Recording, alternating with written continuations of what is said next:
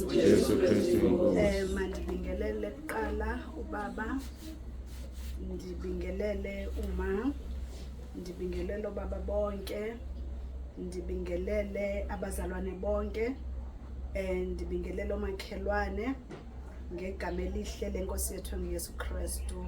Amen. Ndimila ndizokwamkela abazalwane.